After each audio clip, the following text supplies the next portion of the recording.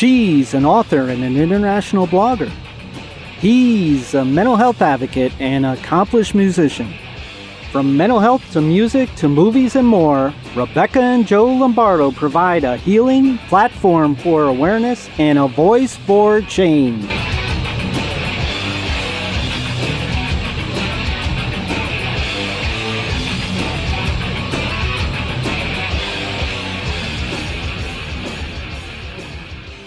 Hey everyone, this is Shane Schultz of the Speaking of the Heart Radio Network. It is Saturday morning at 11 a.m. Eastern Time, and that means it's time for Voices for Change. That's where my good friends Rebecca and Joe Lombardo, they provide a healing platform through awareness and a voice for change. So without further ado, take it away, Rebecca and Joe. Hey, good morning everybody. I hope you're having a good day. Yes, good morning. Good morning.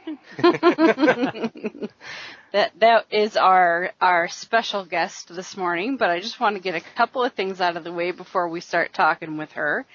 The first thing is, and it's sort of a little bit personal between Joe and myself, on August 3rd we'll have our 15th wedding anniversary, and I just wanted to give my husband a shout out for always putting up with me over the last 15 years, and I just want you to know how much I love you.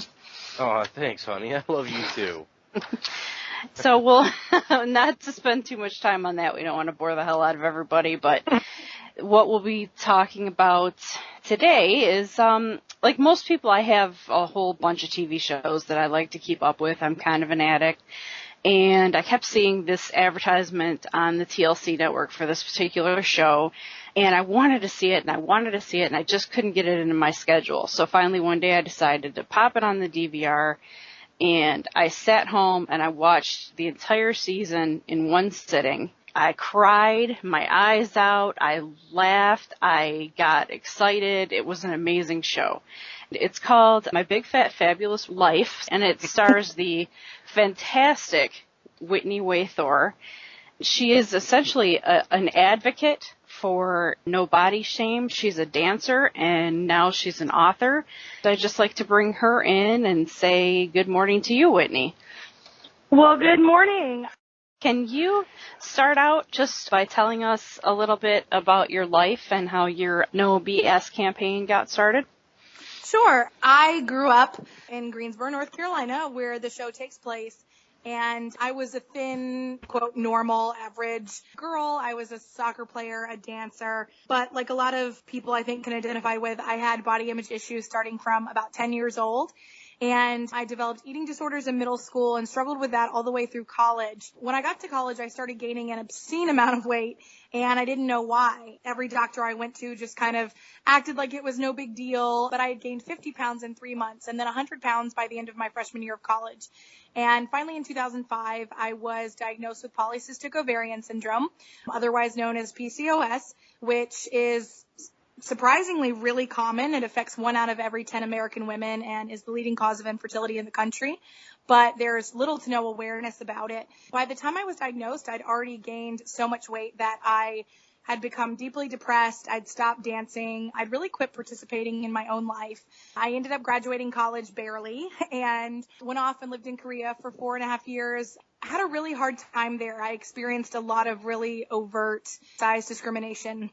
And so when I moved back to the States, I thought that I wanted to change it, but the only way that I knew how to change it was to change myself. Ooh. I don't know if you just heard that thunderstorm we're having. It's really... Oh, wow. Yeah, I heard that loud and clear. Yeah.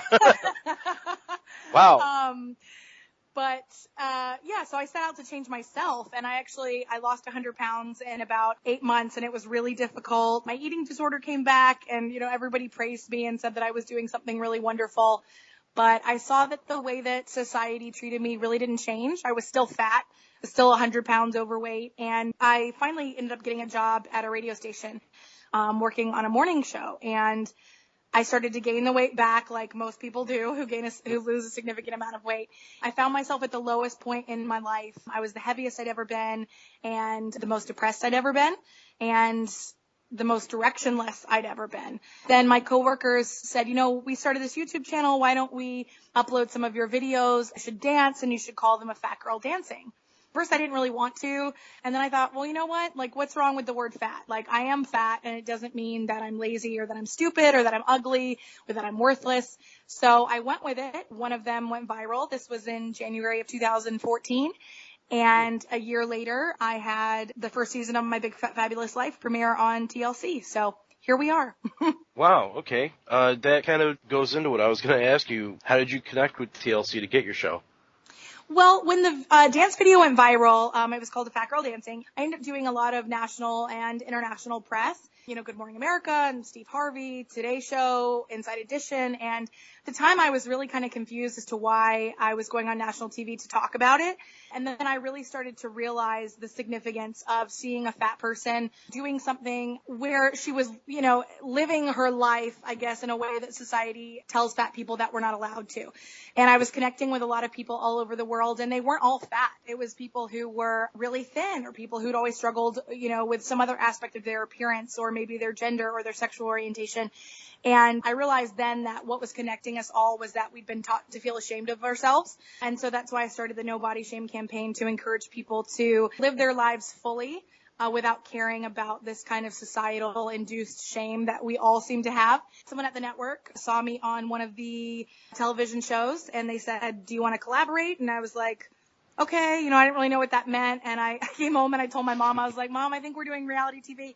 And Babs was like, Whitney, I'm not doing it. I was like, yeah, Mom, let's do it. Let's do it. And I was, you know, nerve-wracking, because I thought about all the ways that it could ruin my life and all the ways that it still could, because I have zero control over what you see on TV, which is, you know, a pretty scary thing. But we went with it, and I think we're all happy that we did. And we're just finishing up season 3. Actually, we've got 3 more episodes of season 3. Yeah.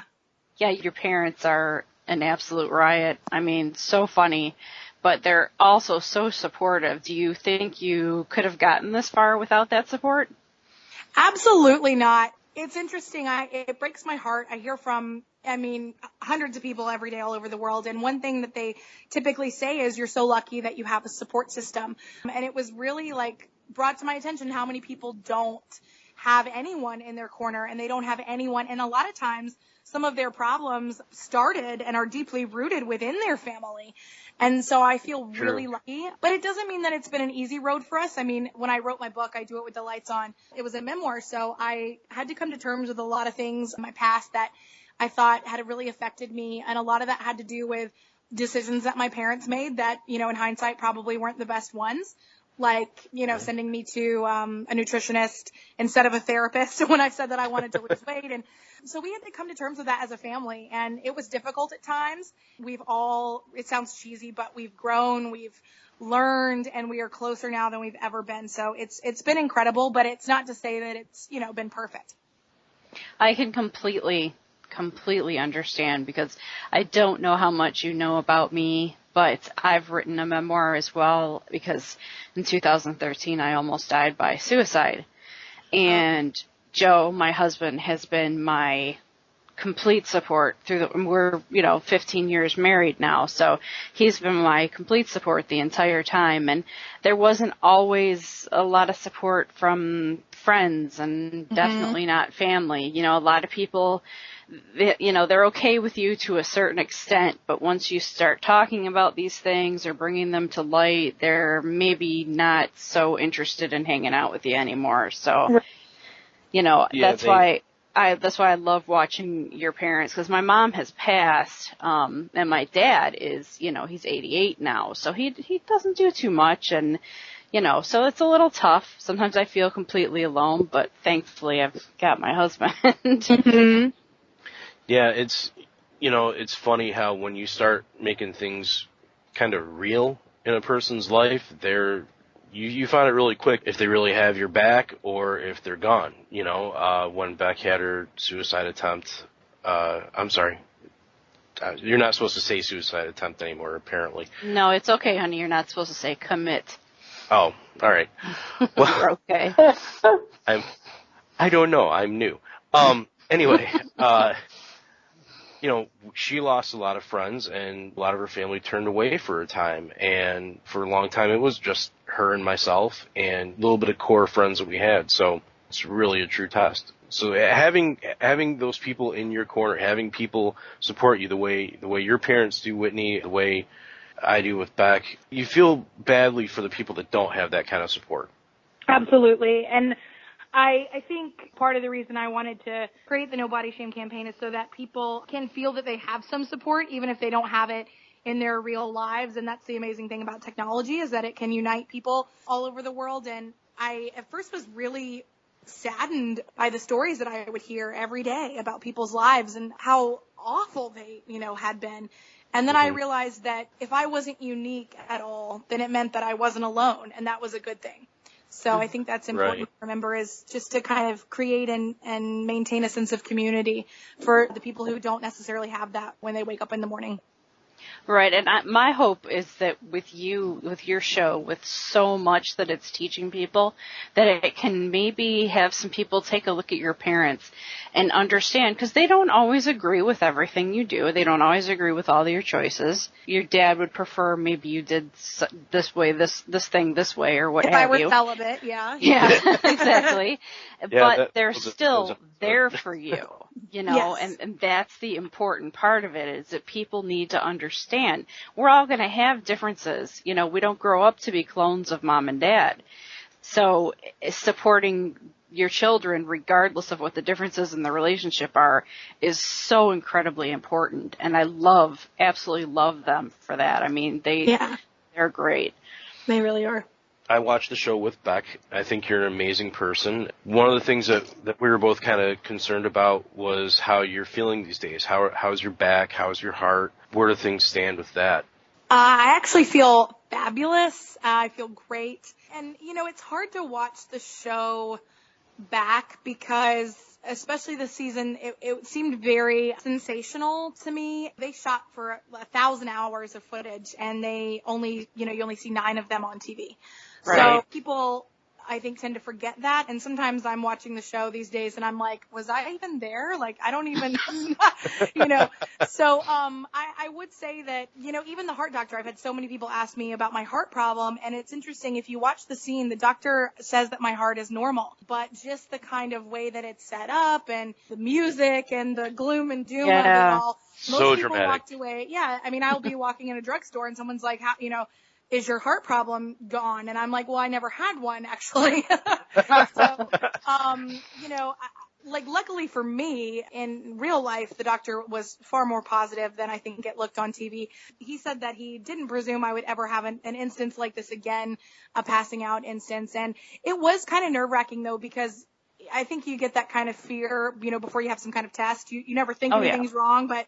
So to kind of have a sonogram, and no, he actually told me that my heart was above average. That didn't make it in the show, of course. Of course not. Yeah. Positive. It's a good thing. Yeah. Was really exciting. Also because I was diagnosed with sleep apnea about a year ago. And I had no idea how long that I'd had that. And I know that can enlarge your heart and all this kind of stuff. So it was a really big relief to actually have that test done. My back is in great shape right now. The only physical ailment I'm having is a little bit of I don't know what it is. I call it a crunchy knee. My knee crunches sometimes.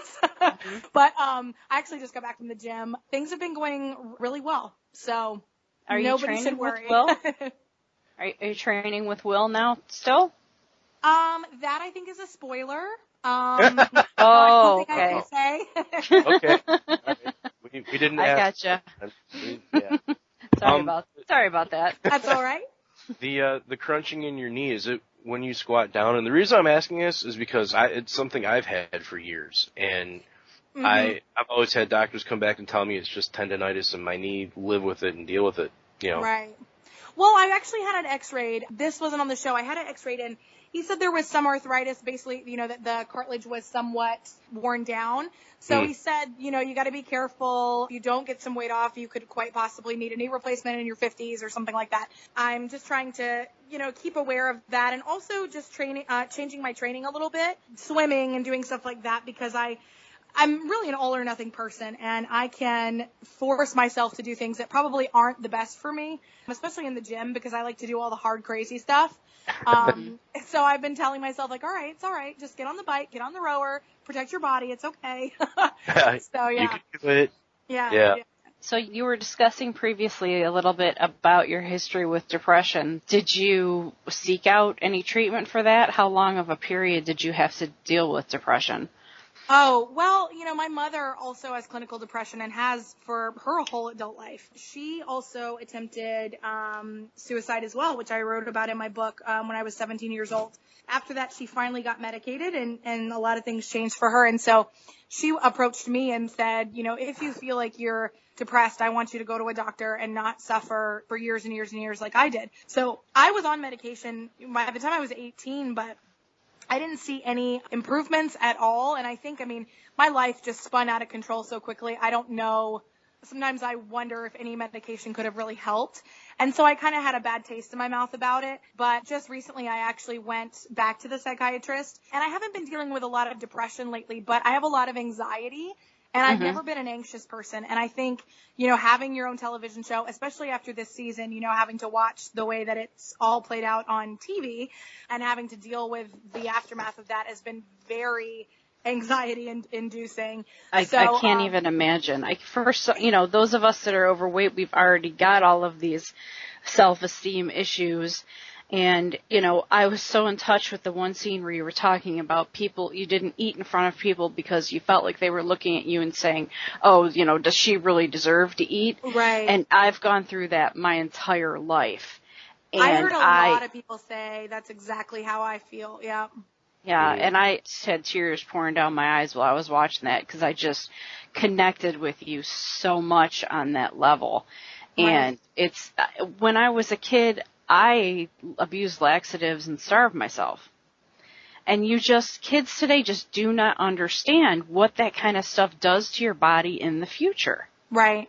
Yeah, even when I look at my weight loss and how I gained it back, even that, my metabolism is shot. My whole body is out of balance. I've always wanted to strive for balance because I never feel like I've had it, whether I was fat or thin or whatever. Just in the last month or so, I actually feel a lot better. I went back to the psychiatrist. No, I haven't told anybody this, so you're the first one. Cool.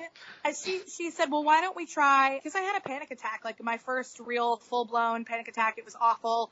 And I just was like, I can't live like this. It terrified me. And so they're terrible. Yeah.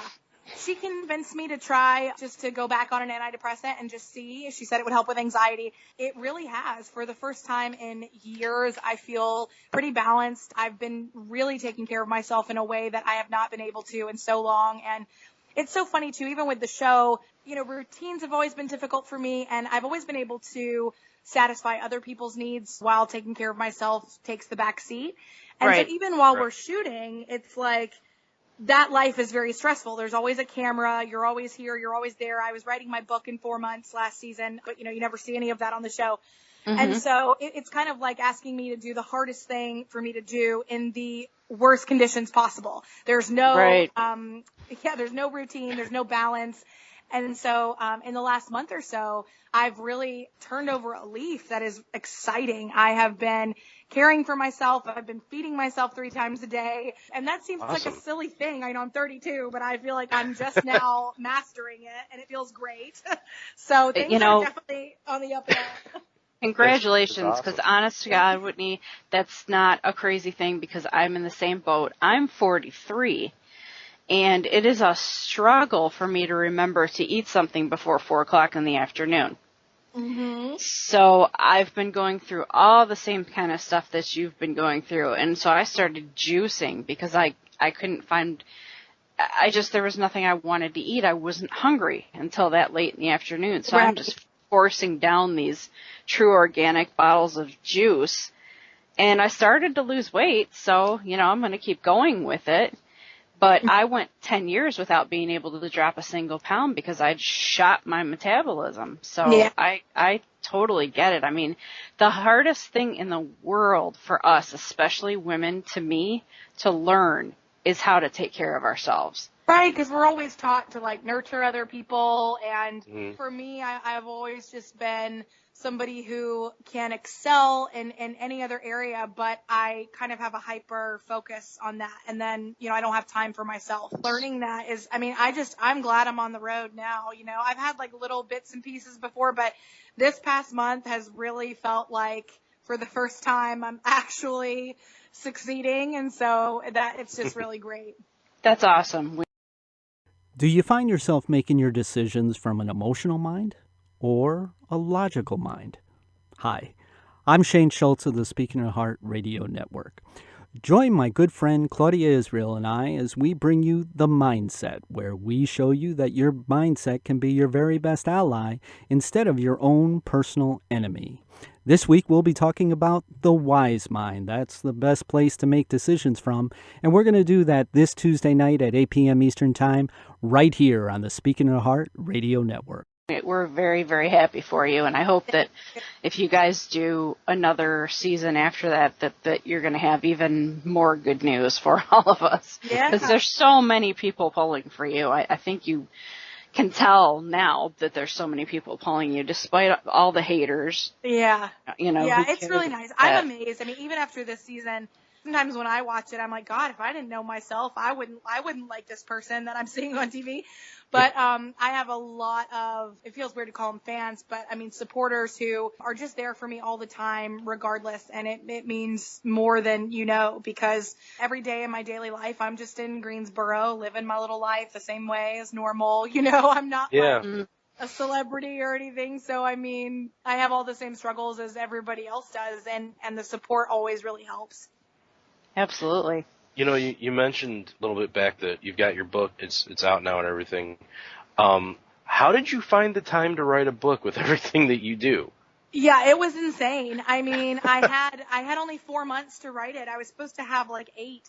And then we found out when season 3 was going to premiere, so they wanted it to coincide with the premiere. And I don't know how I did it. I mean, I can hold the book in my hand and know that I wrote it. I don't know how I did it. I mean, and I was a crazy person. I can see it when I'm watching season 3. I'm like, oh, I don't even look well. Like I was extremely sleep deprived, and it looks like on TV, like I'm not doing anything, In real life, I was running around killing myself to get everything done. I don't know how I did it. Somehow I did it. I didn't sleep a lot. I know that. You're holding the book now and you're like, how did this get here? Yeah, exactly. It's like I don't really remember how it happened. That's kind of funny because mine was sort of a blur too, because I started writing it right after I got out of a mental hospital, and there are people that'll come to me and be like, oh, you said this, and they'll like read a paragraph off to me, and I'm like, I did? Right. That doesn't sound too bad. Give myself a little pat on the back, and no recollection whatsoever of having written it. Yeah. Yeah, it's kind of amazing all the different projects that you've got going on. Are there any other ones that you want to talk about? Oh, yeah. You got a lot going on. Your social media, when I look, kind of dumbfounded by that. So. Yeah, the clothing line is definitely something I'd love to hear about. Oh, well, the clothing line is cool. I just started it. So, I mean, I've always had logo stuff like T-shirts and hoodies and stuff like that, but I tried to expand it a little bit into some more fashion-oriented things, and I only have a few pieces so far, but I think it's exciting because a lot of people, they don't know where to find clothes, that make them look good and feel good. And it's kind of a weird thing. I never thought I'd really do any fashion stuff because, I like to look cute, but I kind of am frustrated with the way that body positivity is mainly centered around modeling and fashion, because for me, I feel like I'm not really fighting for the right to be considered beautiful, but I'm fighting for the right to not have to be and still be a full human being. So I think it's kind of a slippery slope to put so much emphasis on the appearance, and big women are beautiful, and we are, and we're sexy, and that's important, and all those kinds of things. So I never thought fashion would be my thing that I would really do, but I think there's a need for it. If I can help provide that, then, I certainly want to. The other thing that I'm really pumped about is my dance DVDs. There's a teaser video on my social media. We filmed them all. They're all done and produced. I'm just waiting to hear exactly when they're going to be released. But I'm so excited. I shot 5 dance tutorials and 5 exercise tutorials. I hope that it's going to help people because when you look at exercise and fitness, a lot of people are so daunted and they don't want to go to the gym and they get made fun of. And I knew that in my life. And so for this to be a tool that people can use in their homes, build up their confidence and see someone who looks like them actually doing the movements, I think is incredible. Because I feel like every fitness DVD or dance DVD has really gorgeous fit people on it, and it's hard to connect with that. And it's hard to feel like, well, I can't do that because I don't look like that. So that is the biggest thing on the horizon right now. Of course, you can go to nobodysshame.com and sign up for the newsletter, and you'll get an update exactly when that's going to come out. And I'm so excited about it. And I mean, hopefully it'll sell well, and then I can make more. And yeah. That sounds exciting. I was about to ask you, when's it come out? But we have to go soon. Yeah. So I happen to be overweight as well, and sometimes when I look at the pictures of what I used to look like, I've never had a really super high self-esteem, but I think back and I look at those pictures and like, my God, I thought I was fat then. I was not fat. I'd give anything to be that fat now. Yeah. Are you able to use that as a source of motivation, or does that ever kind of get you down in a way? Well, people ask me a lot, like, how do you look in the mirror and like what you see? And it's a hard question. And that's what I endeavored to, I think, answer in my book, really, because it's not something that just happens overnight. It's a cumulative experience of your entire life. But I do know that you can get there. I mean, honestly, and people doubt this, but when I look in the mirror, I never have a problem with the way that I look. I can get frustrated with my body if it prevents me from doing something or a certain activity, or, I can't ride a roller coaster, or if I have pain or something like that. But just in regard to the way that I look, I just don't ever really, I'm not saying I never have a bad hair day where I'm like, oh God, but I've just detached my self-worth from my appearance. I can think simultaneously that I'm really gorgeous, and also be like, oh, I wish I could run up these stairs a little bit faster, Right. It's not the same thing to me. I just really worked on building up my self-worth outside of what other people thought about the way that I looked. And once I started to build more confidence and have more self-esteem, it was easier to kind of express myself more in my appearance and find clothes that really I thought flattered me and looked good, or do my hair and makeup and feel confident walking into a room. It's funny, I don't do heels because I got plantar fasciitis. Oh, no. I got almost 400 pounds on these feet. It's not happening. So I'll wear something really cute, and then I'll wear my little Croc flip-flops, and I don't give a damn. I'm out there, I'm out there doing me. And it just, feels good.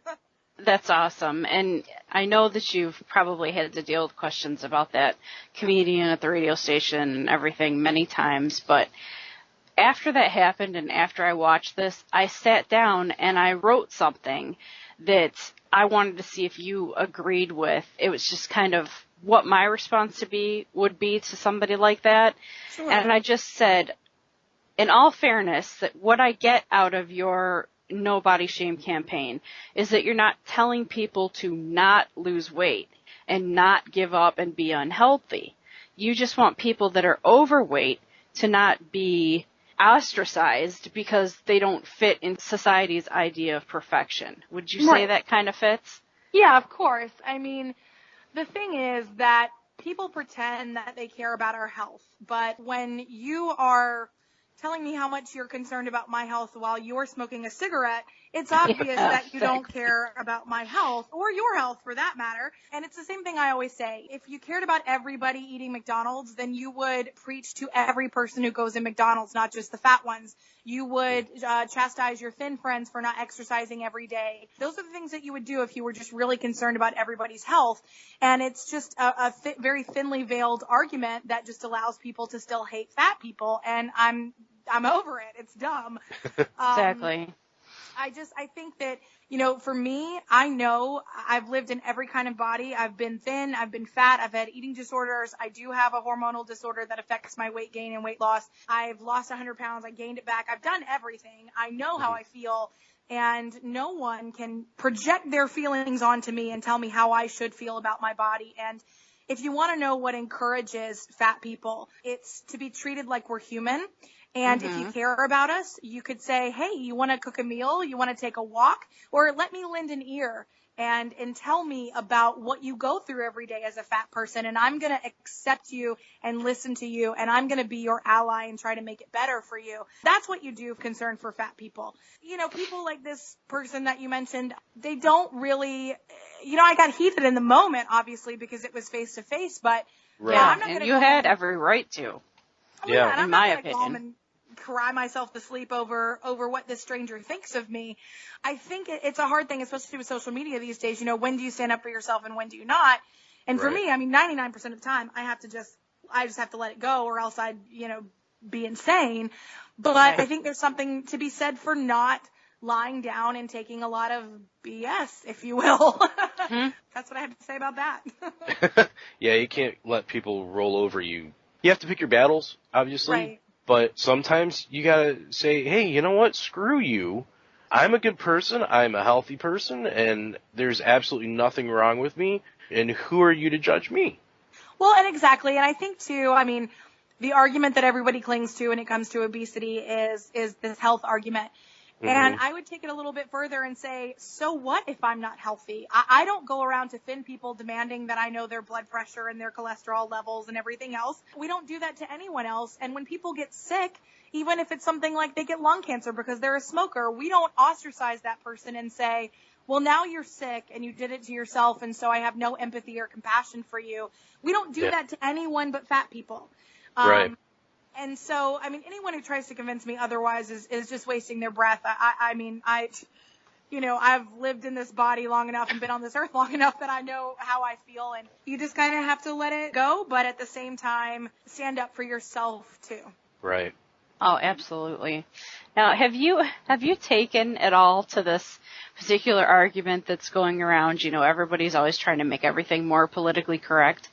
Have you taken to this idea of you're not fat, you have fat? Oh my God, I'm so glad you said that because I hate it. I don't like it either. I mean, Oh my God. I get it. Like, I get, okay. You're not fingernails, you have fingernails. Like, no, Right. It's so stupid. It's just, it's silly. It's the same thing as someone looking me in the face and saying, you're not fat, you're beautiful. I'm so tired of having to deflect away from the word fat. The only reason people do that is because we still believe that it is a negative word and that it implies negative things. And it doesn't. I don't go around and saying, like, I have short. No, I am short. Yeah. I'm white. I'm brunette. I'm fat. Like, it just is what it is. And the more we try to come up with these little clever euphemisms and all this, it just sets us backwards. Who cares? Like, let's just be fat and know that that's not the worst thing in the world that we could be. Exactly. Yeah. Do you have any advice for anyone that is struggling with their own body confidence? Yeah. I mean, I think that's probably every person on this earth. And, the first thing to know is that it can get better. I dedicated my book to anyone who needs proof that life gets lighter, brighter, and better, because it's my firm belief that it does. And it sounds cheesy, but the first step is really in your own mind. Body positivity, self-love, self-esteem, confidence, those things are not finite. There's no amount of it that you can run out of. It's not either, you know, you have it or you don't or whatever. It is always possible for everyone. You can always have more of it. You can always change. I think that we live in a society where we just feel like it's a dead end unless you're not thin. And there are plenty of people in this world, fat, amazing people, who are proof that that's not true. So I think just shifting your mentality to know that it's possible is the first step. And then I would say remembering that confidence is a product of action, because people say, well, how do you have the confidence to do this or do that or whatever? And I think it's wrong to believe that we have to magically have the confidence to do something before we do it. I mean, if that were the case, I wouldn't have done most things in my life. I think that you've got to do the hard stuff that makes you uncomfortable. It's okay to be scared out of your mind. It's okay to grit your teeth if you wear a bikini for the first time. But what you're going to find is that you're going to survive it. You may very well even excel at it. And then it loses its power over you, and it's not scary anymore. And then you get the confidence as a reward. That's great. Yeah. Thinking of looking at confidence as a reward. I love that. That's amazing.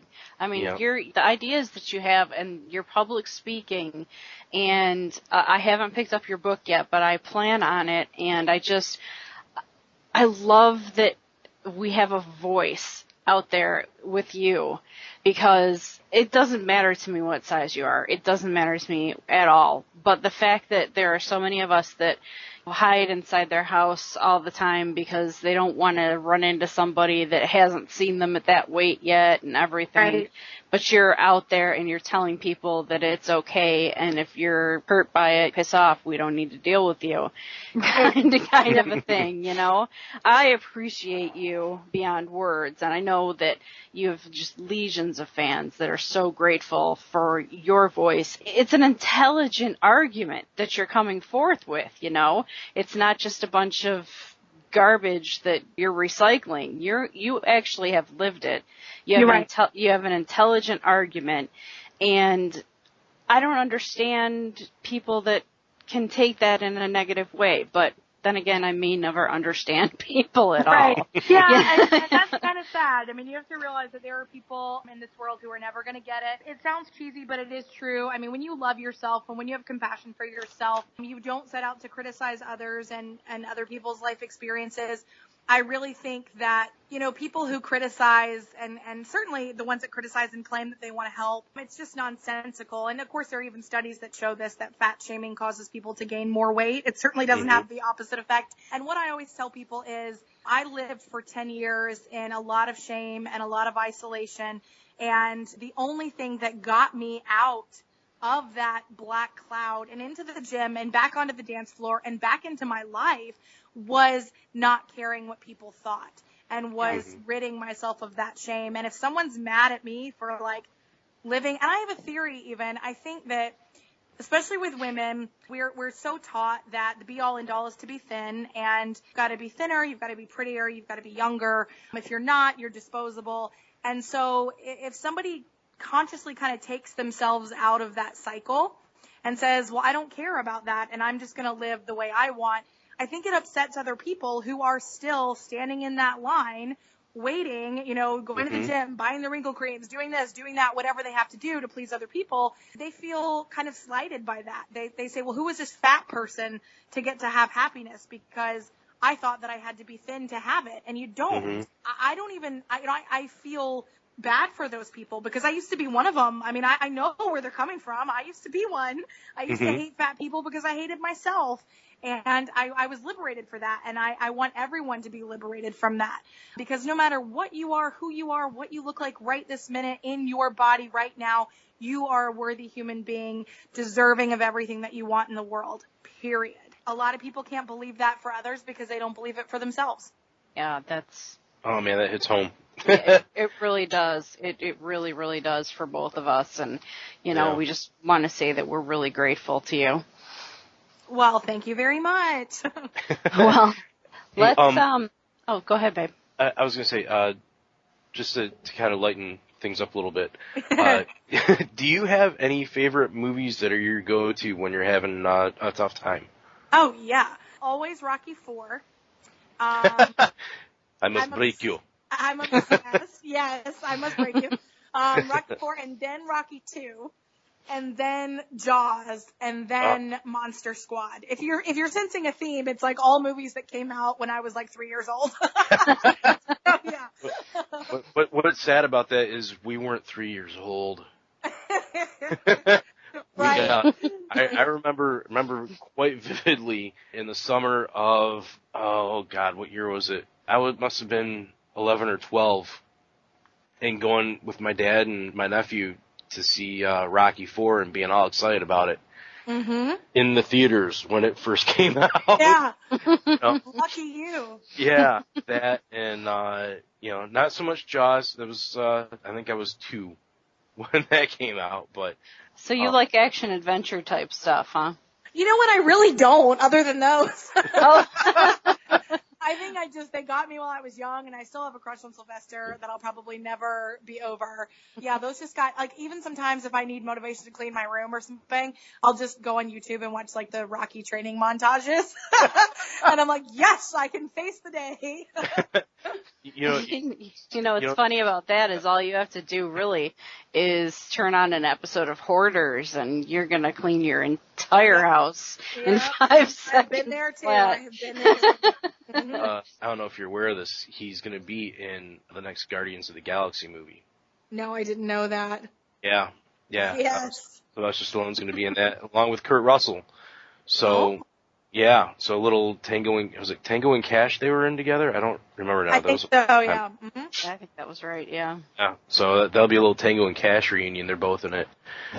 Awesome.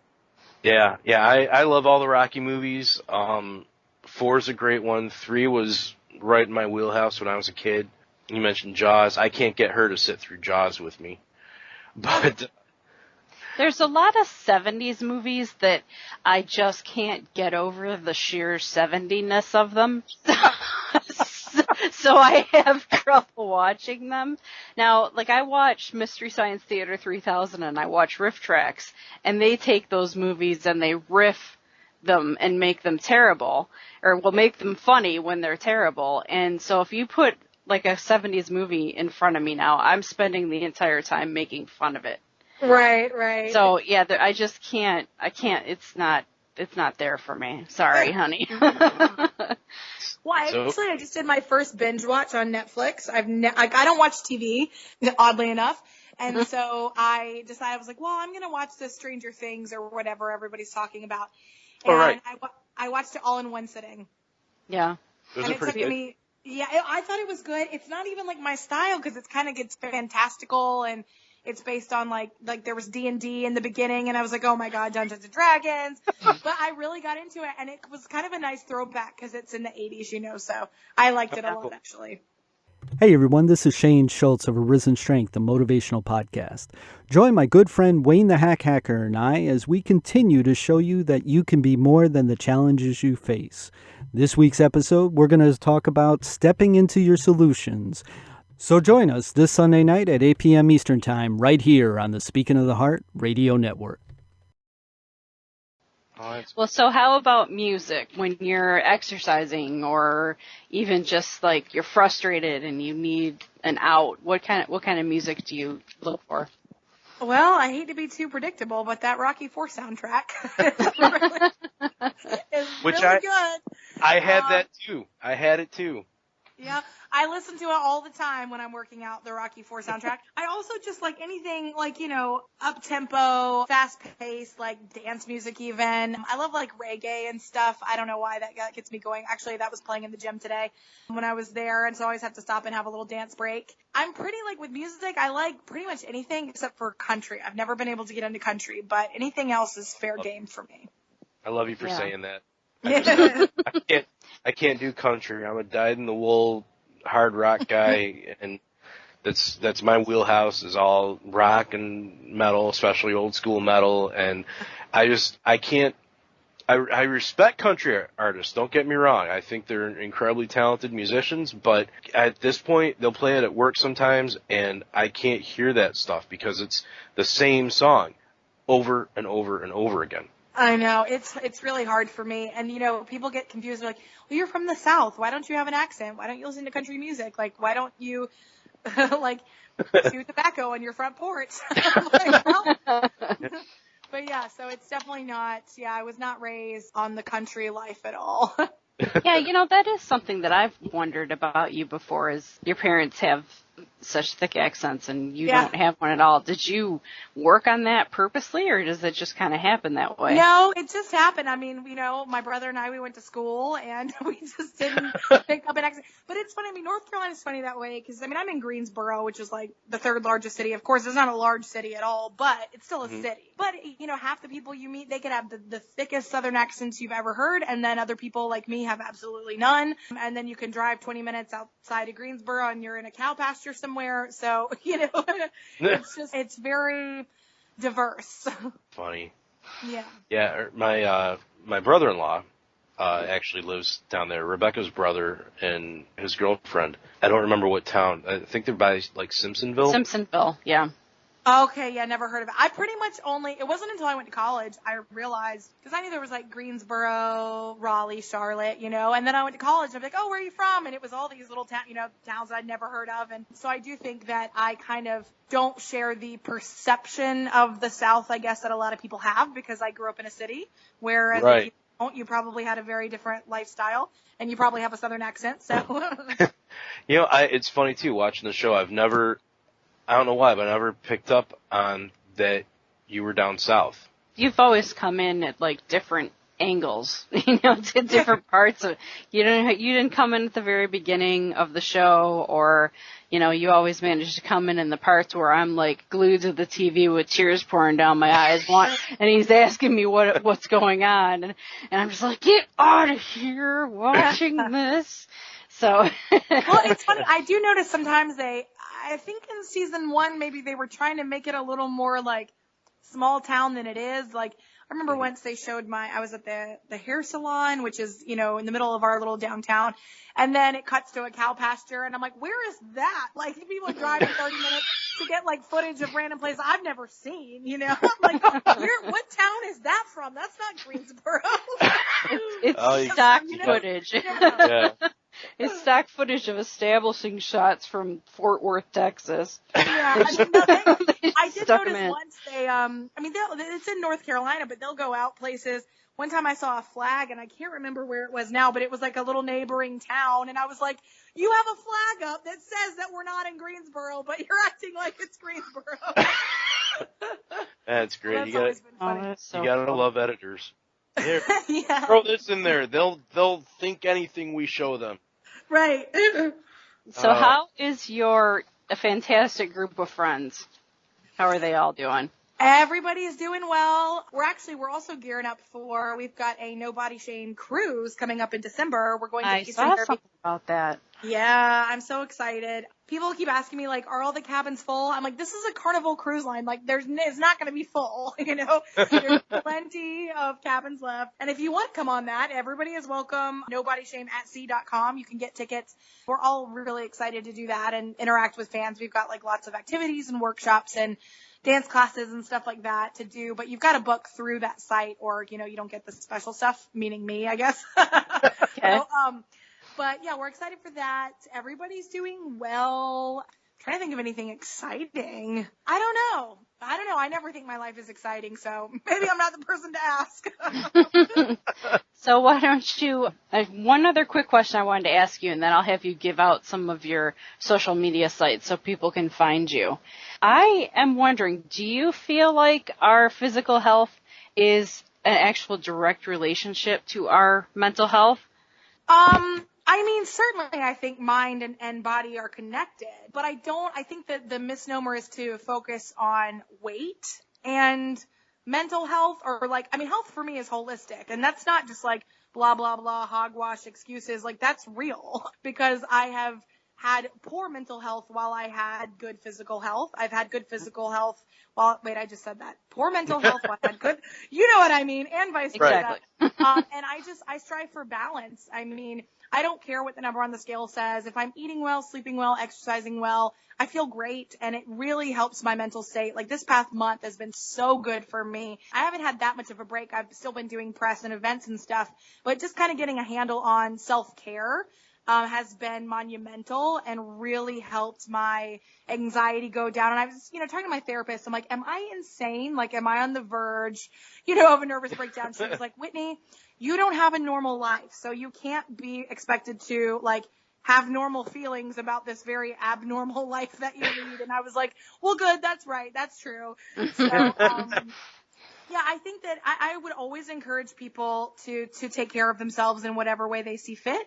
I think that it helps us the whole picture, but I just would also encourage people not to get stuck on the scale or weight loss or even their appearance, and especially for women, because how we look and how beautiful the world deems us to be does not determine how valuable we are. It shouldn't anyway.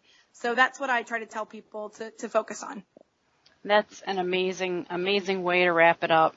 And if you just want to shout out a couple of your websites again, your Twitter, your Facebook, so people can kind of take a look around for you. Yes. My website is nobodysshame.com. If you want to come on the cruise, that's nobodyshameatsea.com. You can find me on Facebook at facebook.com/Whitney.Thor, or also my fan page for No Body Shame campaign is there as well.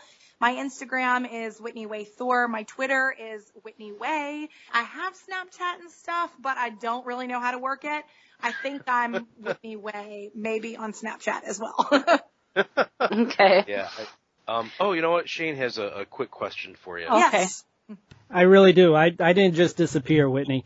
I got to tell you, like you, I don't watch a whole lot of television. I happen to catch, I don't know, I was flipping through the channels probably for a sports event or something in that sense, and I saw the dramatization of you where you had collapsed and everything, of course, because I'm sure you've gotten everybody telling you about that one. Right. But I really didn't know a lot about you. And so when I started researching who it is that you were, I got to tell you, I knew that you were perfect for this show, and I knew that you were perfect for our network, because the whole network is really designed in order to be able to help people understand that they are more than the challenges that they face. And the way that you do it is refreshing. It's in a way that I got to tell you, the minute that I saw the dancing videos and everything in that sense, I mean, you just owned it. It wasn't a matter of the fact that, you know, you were put up to it or anything. You owned it. Yeah. And that's really what is so impressive about you. And I'm so glad that we were able to get you on the show. And I know that this show is going to make a difference for the network and our entire audience that watches our network. So I appreciate you coming on. Well, thank you. It's been a pleasure. Thank you so much, Whitney. Seriously, I cannot thank you enough. I would love to keep communicating with you. I follow you on Twitter. I just sent you a tweet so you could find me. You know, we'll be sending out some advertisements and things like that, so everybody can know that you're on the show. And if you're willing, and at some point, if you have like a P.O. box or anything that you want to send me, I would love to send you a copy of my book if you're interested. Yeah, perfect. I will. I believe it is P.O. Box 38397, and I accept fan mail there as well. And I'll confirm that in an email just to make sure that's right. Okay. Okay. Thank you so much, Whitney, for being on the show. I know it means a lot to Rebecca, especially to have you on. It means a lot to me to have you on. You've been an awesome guest. We're just so grateful that you took time out of your busy schedule to be with us. Okay, thank you so much. Absolutely. And we wish you all the best with everything that you've got coming up. Thank you. Bye, guys. Take care. Bye-bye. See ya.